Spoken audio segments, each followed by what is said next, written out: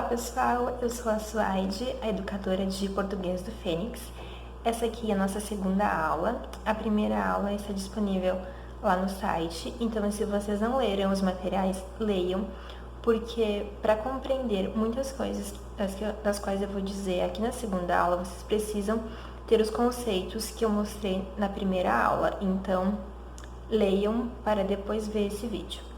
Agora eu vou colocar alguns slides aqui e vou explicá-los um pouquinho melhor para vocês, o que está posto neles. E eu vou deixar o link para vocês acessarem os slides aqui, vocês podem acessar lá diretamente do site. E os outros links que eu vou mostrar ao longo da aula também vou deixar disponível aqui na descrição do vídeo. Então, o tema da nossa aula é viver em outro país, sonho ou pesadelo? Todas as nossas aulas vão ter um tema. E a partir desse tema, a gente vai explorar alguns conteúdos. Então, os conteúdos dessa aula são compreensão da língua portuguesa como língua materna, geradora de significação e integradora da organização do mundo e da própria identidade, e reflexões sobre português como língua não materna. Eu sei que, num primeiro momento, esses conteúdos parecem de muito difíceis de entender, algumas palavras que talvez não façam parte do cotidiano de vocês, mas a gente vai esmiuçar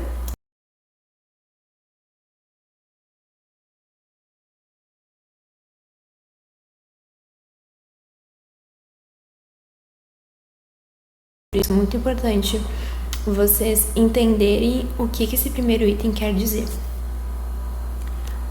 O texto base para nossa aula é essa reportagem. Eu vou deixar o link aqui na descrição do vídeo. Então, é importante que vocês leiam esse texto antes de assistir essa aula até o final, porque senão vocês não vão entender algumas coisas. Então, se vocês não leram o texto, pausem o vídeo, leiam o texto e depois voltem a assistir ao vídeo. É uma reportagem cujo título é Diário de Refugiado. Trabalho 14 horas no Uber para tirar minha família da Síria. Essa reportagem é muito interessante e faz a gente pensar um pouquinho nas pessoas que vêm morar para o Brasil, muitas vezes não por escolha, mas sim porque tiveram que sair de seu país por alguma circunstância. A partir da leitura desse título, a gente já pode fazer algumas compreensões sobre o que o texto vai nos dizer. E isso é importante quando vocês estiverem fazendo o Enem e também quando vocês estiverem lendo qualquer texto. Então, ao ler o título, pensem, o que esse título pode me dizer? Por exemplo, ali embaixo aparece a data, né? Esse texto foi escrito em 24 de maio de 2019. Mas, e se não tivesse a data, como que nós poderíamos saber se esse texto é atual ou se ele não é atual? Ali tem um elemento muito interessante que é Uber. A gente sabe que Uber é algo atual, algo recente, digamos assim. Então, uma palavra pode servir como um elemento para a gente compreender se um texto é atual ou se ele é antigo. Então, prestem atenção nesses detalhes. Um outro detalhe interessante desse texto são essas aspas simples que estão ali, entre trabalho 14 horas no Uber para tirar minha família da Síria.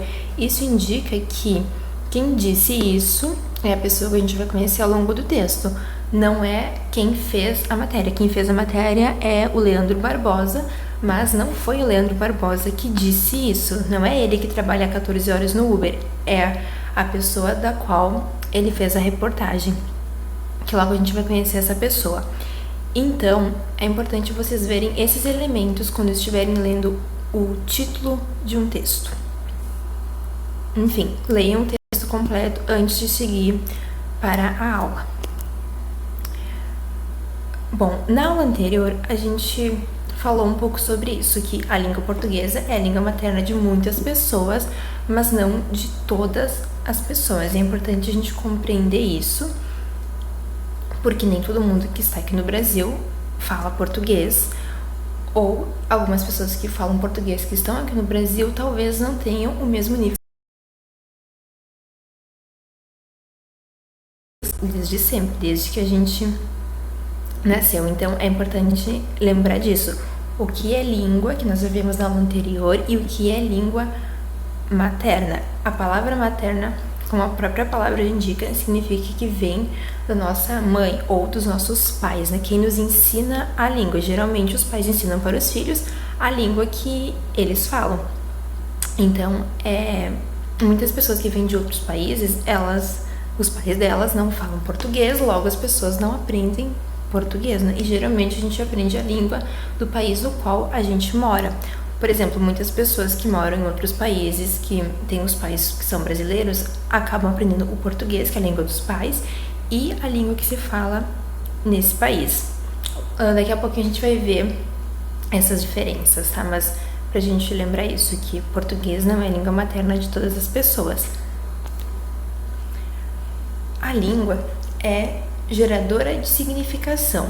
Eu coloquei essa imagem que tá lá na reportagem para ilustrar isso, para vocês verem como a língua gera significação. Nessa imagem, como explica na reportagem, o homem que dirige o Uber, que trabalha 14 horas para tirar a família dele da Síria, ele colou esse papel ali no carro para que quando o cliente entrasse no carro, lesse o que está escrito ali.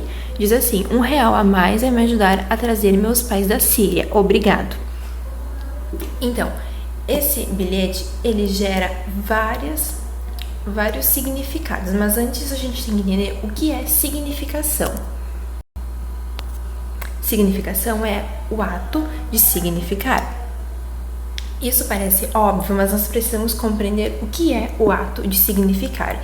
E vou exemplificar isso através da frase que o Uber colocou no carro dele. Então, a frase é: R$1 a mais vai me ajudar a trazer meus pais da Síria. A partir dessa frase, a gente pode extrair uma série de significados, como vocês podem ver ali. Que a pessoa tem pais, que os pais estão na Síria, que a pessoa quer trazer os pais para o Brasil. Provavelmente quem escreveu isso é um sírio. A pessoa precisa de R$1, de vários clientes, R$1 vai ajudar a pessoa. Tudo isso parece óbvio, mas é muito interessante vocês fazerem essas leituras, embora pareçam óbvias, em diferentes frases que vocês leem no dia a dia. Por quê? Quando a gente extrai a significação das frases, isso nos ajuda a compreender melhor a frase e pode ajudar vocês muito a responder as questões de português do Enem, porque vocês estão lendo para além da frase. Então, um fator interessante dessa frase é que ele menciona que R$1 vai ajudar a trazer os pais da Síria. Mas esse R$1, a gente não pode pensar que literalmente R$1 vai ajudar. O que ele quer dizer ali? Que se cada cliente que ele trabalha no Uber em 14 horas, aí vocês podem fazer mais ou menos a conta, em 14 horas dá pra atender mais ou menos quantas pessoas em um dia. Então, se cada uma dessas pessoas que são clientes deles, em 14 horas que ele trabalha por dia, doarem R$1, ele vai conseguir juntar uma boa quantidade de dinheiro, e esse dinheiro, o dinheiro em si não vai trazer os pais da Síria, mas com esse dinheiro ele vai conseguir comprar passagens de avião que vão trazer os pais da Síria. Então, percebem como eu fiz um ato de significação a partir da leitura dessa frase? Isso é o que a gente tem que fazer nas aulas de português. A gente lê, mas ler para além daquilo. É por isso que na aula anterior e nessa aqui eu deixei uma série de perguntas, eu vou deixar também em relação ao texto da aula de hoje, para vocês responderem, que são perguntas de interpretação de texto. Essas perguntas ajudam a gente a ler o texto para além do que ele nos diz, para a gente parar e pensar em algumas coisas que estão no texto e compreendê-lo melhor. Porque quanto mais vocês compreenderem os textos, melhor vocês vão conseguir ir na prova de português do Enem. Então, a lição que a gente pode tirar disso é: sempre que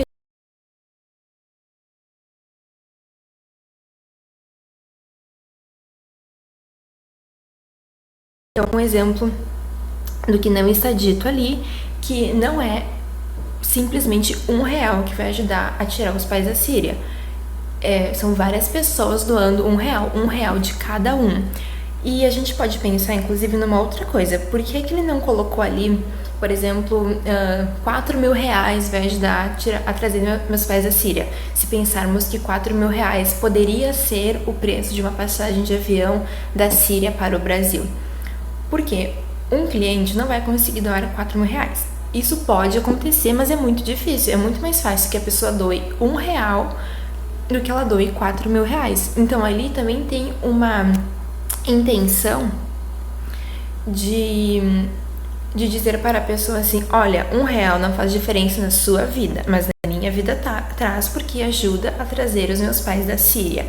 Então, quando vocês lerem algum pedido de ajuda, seja na internet, seja pessoalmente, pensem nisso, porque a pessoa escolheu colocar R$ 1, que é um valor que pode ser insignificante para muitas pessoas, e não colocou o valor total da passagem, porque ela sabe que é muito mais fácil convencer uma pessoa a doar R$ 1 do que convencer a doar R$ 4.000. Esse é um outro significado que não está posto ali, mas que a gente pode extrair se a gente fizer uma leitura para além do que está na frase. Não esqueçam disso.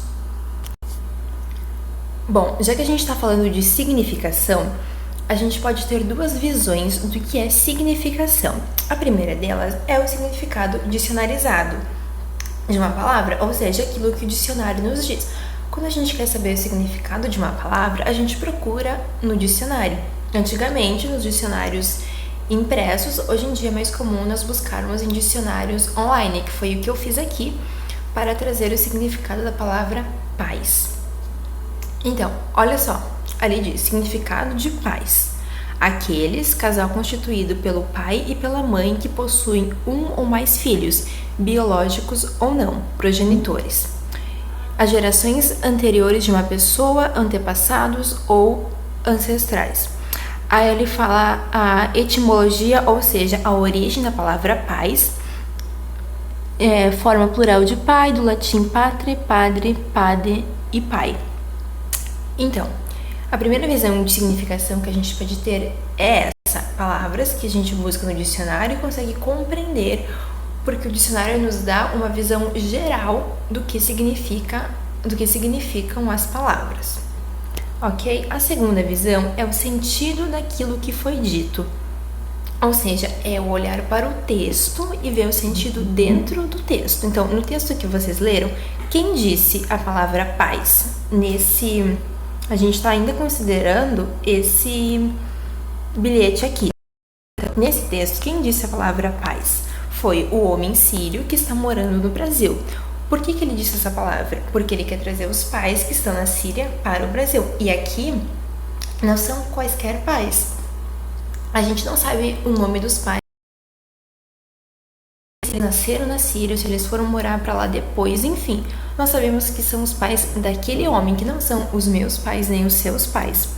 Então, isso é a gente olhar o significado dentro do texto. Inclusive, aqui no significado dicionarizado fala que é um casal constituído pelo pai e pela mãe, mas a palavra pais, em português, também pode se referir a mãe e mãe, ou a pai e pai, né? A gente também não sabe que tipo de casal se é casal de pai e mãe, mãe e mãe, ou pai e pai. Mas o que nos importa é o sentido daquilo dentro do texto, que a palavra paz ali também serve de uma certa forma para a gente se sentir motivado a querer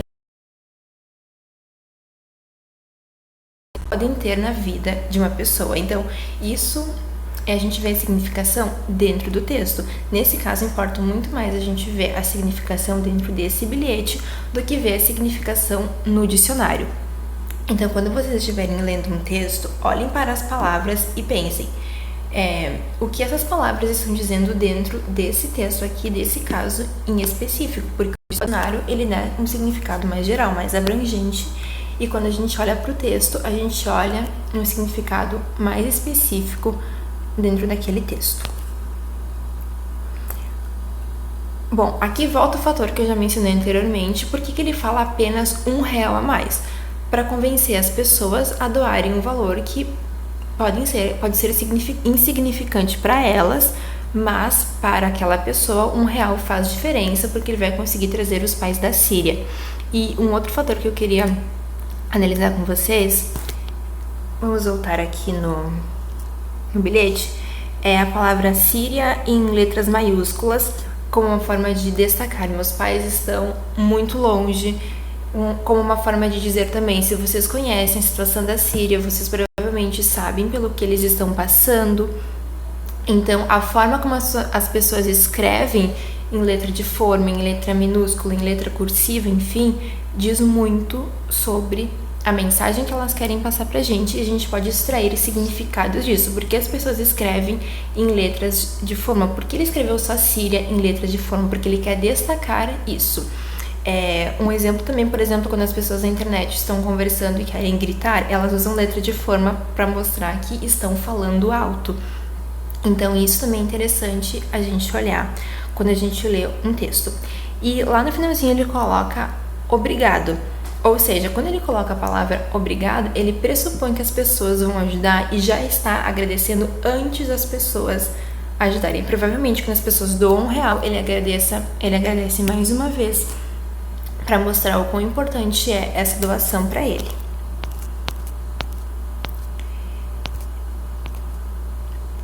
Então, lá no conteúdo da nossa aula também diz que a língua é integradora da organização do mundo. Aí eu tirei um trechinho do texto pra gente entender isso, que diz assim: eu tinha uma boa vida na Síria, cheia de sonhos. Hoje em dia, só quero trazer minha família pra cá e ficar bem. Então, tudo que a gente fala é com o objetivo de organizar o mundo. E nesse trechinho aqui, a gente vê alguns elementos linguísticos que organizam o mundo. Então, quando ele fala, eu tinha uma boa vida na Síria, ele está dizendo o quê? Que no passado, ele tinha uma boa vida na Síria. Então, quando a gente olha para, por exemplo, o tinha, que é um verbo que está no passado, a gente já consegue organizar na nossa cabeça. Hoje em dia, ele não tem mais uma boa vida. Provavelmente ele tem uma boa vida no Brasil, mas não é a mesma boa vida que ele tinha na Síria, porque lá a realidade era totalmente diferente da que ele tem hoje. Lá ele estava falando a língua dele, estava vivendo a cultura dele, com os amigos dele, enfim. Então o sentido de boa vida na Síria e boa vida no Brasil para essa pessoa pode ser diferente. Ele fala também que essa boa vida era cheia de sonhos. Então, além de ser uma boa vida, era uma boa vida cheia de sonhos. Isso ajuda a gente a organizar, a imaginar como era a vida dessa pessoa. Ele fala, hoje em dia só quero trazer minha família pra cá e ficar bem. Isso também nos diz que aqui ele não está bem. E ele não está bem porque a família dele não está aqui. A família dele está lá na Síria. Então, quando a gente lê alguma coisa, a gente consegue como que organizar na nossa cabeça como as coisas são, ou como as pessoas querem dizer que as coisas são, né?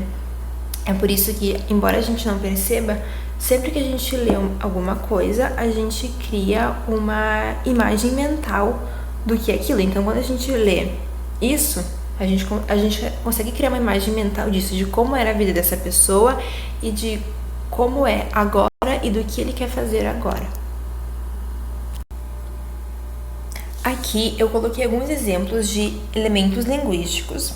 A gente pode falar palavras e vocábulos, que também é um conteúdo da aula anterior, que organizam o mundo.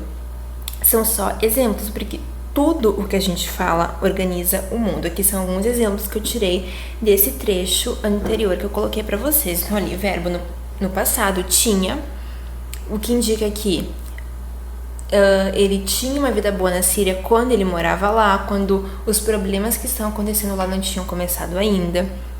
Também os adjetivos, quando ele fala boa vida, ele não está falando que ele tinha uma vida lá. Ele está falando que a vida que ele tinha lá era boa. Isso nos faz imaginar várias coisas, várias possibilidades de como era a vida dele.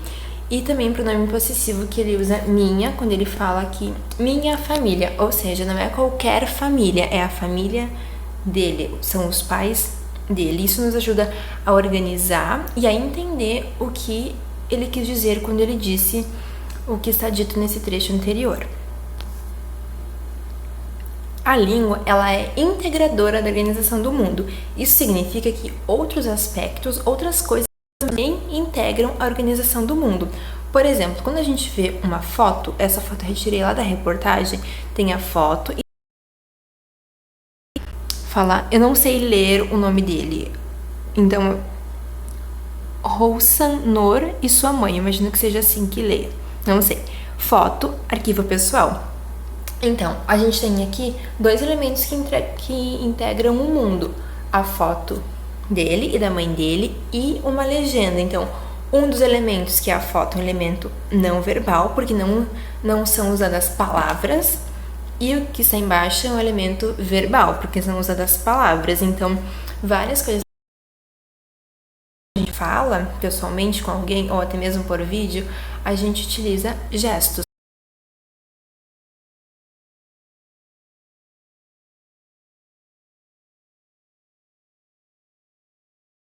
Numa foto acontece a mesma coisa. Quando na internet a gente coloca a foto, coloca a legenda, podemos colocar hashtags nessa legenda, emojis, podemos marcar a localização. Tudo isso são elementos que organizam o mundo e que fazem os nossos leitores, os nossos seguidores entenderem aquilo que a gente está dizendo. Então, pra gente pensar que várias coisas organizam o mundo. A língua também é integradora da organização da nossa própria identidade. Então, tem alguns exemplos ali no texto que constroem a identidade do protagonista dessa reportagem. Isso acontece com a gente também. Vamos ver alguns exemplos que constroem a identidade dele. Olha só, o título do texto já constrói a identidade dele, quando ele diz: trabalho 14 horas no Uber para tirar minha família da Síria. Isso diz várias coisas, como a gente já viu antes, que ele tem uma família, que a família está na Síria, que ele é refugiado, né, como diz o título, e que ele tem um trabalho, que é um trabalho que vai além, digamos assim, do permitido por lei no Brasil, que é 8 horas diárias. Então, tudo isso constrói a identidade dele e faz a gente ter uma visão dele. Isso é importante a gente ver, porque a visão que a gente tem das pessoas não é a mesma. Cada um de nós tem uma visão diferente das pessoas a partir do que as pessoas dizem. Essa visão pode ser em comum com a visão de muitas outras pessoas e ser em comum com a visão das outras pessoas. Mas isso acontece porque a forma como as pessoas usam a língua nos dá a possibilidade de ver as pessoas de uma forma diferente da forma como os outros veem, ou veem as pessoas de uma forma igual à forma que os outros veem. Tem um subtítulo na reportagem que é O Lugar das Minhas Lembranças, e isso também constrói a identidade dele, porque ele vai falar sobre a casa onde ele morou e tudo mais, mas se a gente ver quando ele morava na Síria. E aqui também tem uma parte que ele fala: a guerra te obriga, ali houve um erro de digitação, mas isso não impede a gente de entender o texto, que diz: a guerra te obriga a escolher entre o seu lar ou a comida de amanhã. Quando ele coloca isso, a guerra te obriga, ele não está falando que a guerra está obrigando a mim, ele está falando que a guerra obriga a quem está enfrentando essa situação de guerra. Então isso também diz respeito à construção da identidade dele, porque provavelmente ele teve que escolher entre o lar ou a comida do outro dia. E um outro fator interessante é que a comida de amanhã não é a comida do dia de amanhã, segunda, terça, quarta, enfim, comida de qualquer dia, porque esse amanhã é um amanhã figurativo, digamos assim, não é um amanhã literalmente.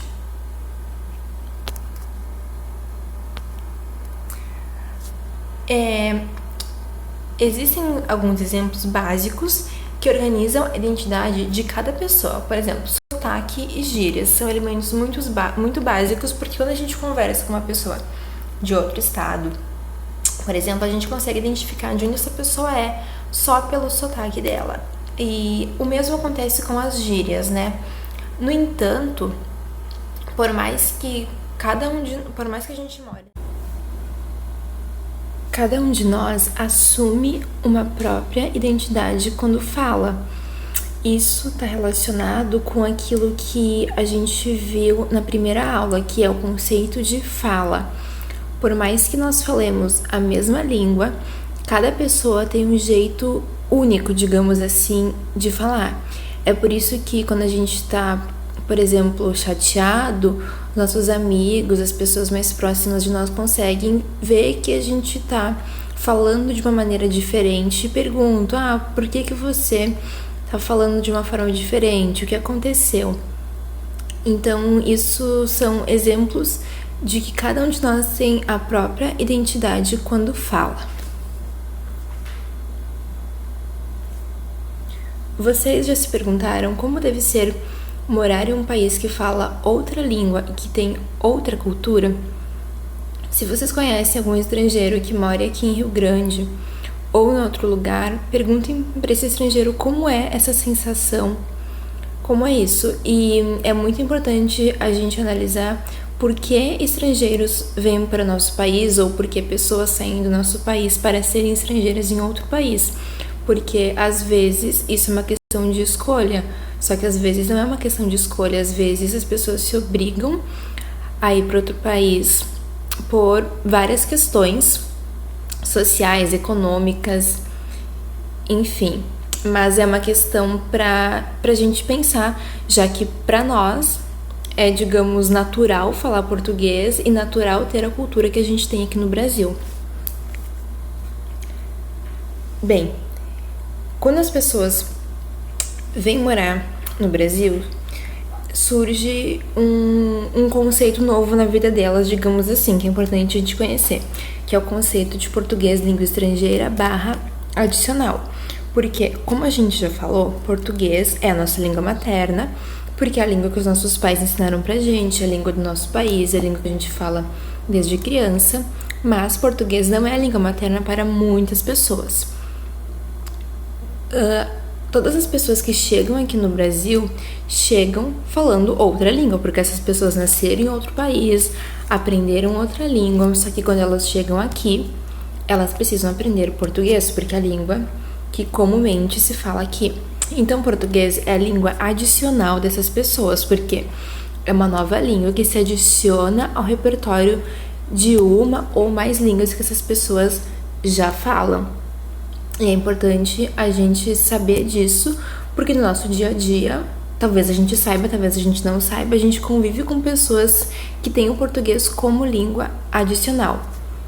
O conceito de português língua estrangeira está mais relacionado ao fato de aprender português num país que não fala português. Por exemplo, uma pessoa nos Estados Unidos que quer aprender português, sendo que lá português não é a língua oficial, então essa pessoa aprende português como língua estrangeira, porque ela está aprendendo português fora de um território que comumente fala português. As pessoas aprendem português como língua estrangeira ou como língua adicional de diferentes formas, por exemplo, por cursos oferecidos por instituições de ensino como universidades, escolas, centros culturais, também por videoaulas no YouTube, e também por livros e cartilhas. Esses são alguns modelos. Existem outras formas de aprender uma língua, como por aplicativos, por conversar com pessoas, enfim. Aqui tem 2 exemplos de cartilhas que as pessoas usam para aprender português. Existem muitos outros livros. São só deixar o link dessas cartilhas se vocês quiserem acessar, para vocês verem como é uma das formas das pessoas aprenderem português. Existem muitas formas de aprender uma língua estrangeira. Essas cartilhas são apenas um exemplo. E é interessante vocês verem esses livros, porque algumas coisas que parecem óbvias pra gente, como o nome das cores, não é tão óbvia para quem não fala a nossa língua, para quem está aprendendo a nossa língua. Então é interessante vocês analisarem isso e como isso é explicado nesses livros. Aqui tem o canal do YouTube que ensina português para estrangeiros, chamados Brasileirices, e eu vou deixar o link também para vocês assistirem alguns vídeos e verem como que essa professora ensina português para estrangeiros nesse canal. Na FURG existe o Centro de Línguas Estrangeiras que ensina português como língua adicional. Esse Centro de Línguas Estrangeiras também ensina outras línguas, mas vou falar um pouquinho sobre como funciona o ensino de português, já que é o assunto que eu estou abordando nessa parte da aula. Então, muitas pessoas estrangeiras vêm para Rio Grande com o objetivo de fazer intercâmbio, mestrado, doutorado, pós-doutorado. Algumas dessas pessoas vêm para ser professores visitantes, ou seja, passam aqui na FURG ensinando disciplinas, enfim, por um tempo, e são professores de outros países. E também tem pessoas que não têm vínculo com a FURG, mas que procuram o Centro de Línguas Estrangeiras para aprender. Então, normalmente as turmas de português e língua estrangeira são formadas por esses 3 grupos de pessoas. Então, esse é um exemplo de um lugar aqui em Rio Grande que ensina português como língua estrangeira. Tem outros lugares, mas estou mostrando a FURG porque, digamos que é a realidade mais próxima da gente, mas vocês podem pesquisar também sobre outros lugares onde as pessoas aprendem português aqui em Rio Grande. Eu vou deixar algumas perguntas no formulário Google para a interpretação do texto que a gente leu dessa reportagem que serviu como base para essa aula. É muito importante que vocês respondam essas perguntas, porque a partir das respostas de vocês eu consigo auxiliar vocês e para que vocês consigam ler os textos além daquilo que está dizendo, ou seja, ler as entrelinhas. Então, respondo. Aqui tem uma aba bem importante que talvez vocês vão ver também em outras aulas. Eu queria aproveitar o momento para explicar o que significa isso, que são as referências.